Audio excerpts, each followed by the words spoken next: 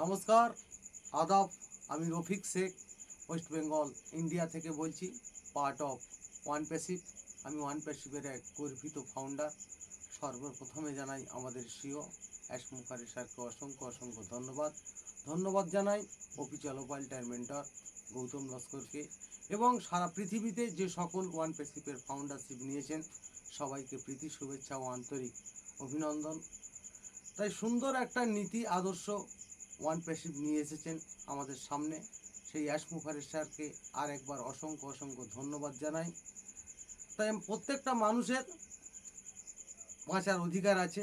কিছু মানুষ সেই জায়গাটা কেড়ে নিয়েছে, সেই জায়গাটা নতুন করে আবার তৈরি হবে।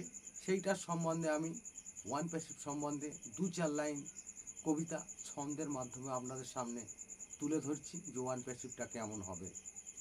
আলো আছেই, বাতাস আছেই, অক্সিজেন অনেক কম, বাঁচার অনেক আশাই ছিলই, রাখতে পারিনি দম। কেমন পৃথিবী কেমন সমাজ, দমের এতই কষ্ট, কিছু শ্রেণীর মানুষ এরাই এটাই করেছে নষ্ট। আমরা সবাই মানব জাতি, কেউ নাই আজ ভাবছে, নিজের স্বার্থের জন্য কিন্তু অনেক মানুষ মরছে। চারিদিকে সব হানাহানি, প্রাণহানি আজ চলছে, দুষ্টু মানুষ পৃথিবীতে আজ এরাই রাজ করছে। এদের রাজ বন্ধ হবেই, নতুন বাতাস আসছে, সব মানুষই অক্সিজেন পাক, ওয়ান প্যাসিভ আজ আনছে।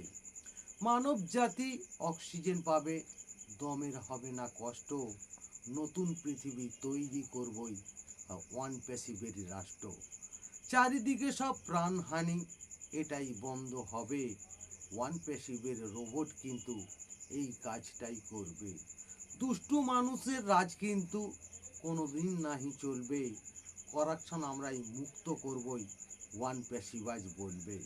মানব জাতি নতুন পৃথিবী সবাই পাবেই মান্য, ওয়ান প্যাসিভের মানচিত্র অ্যাশ মুখারের জন্য। অ্যাশ মুখারে ধন্যবাদ। ওয়ান প্যাসিভ জিন্দাবাদ। আপনাদের যদি ভালো লেগে থাকে লাইক কমেন্ট শেয়ার করুন। ধন্যবাদ।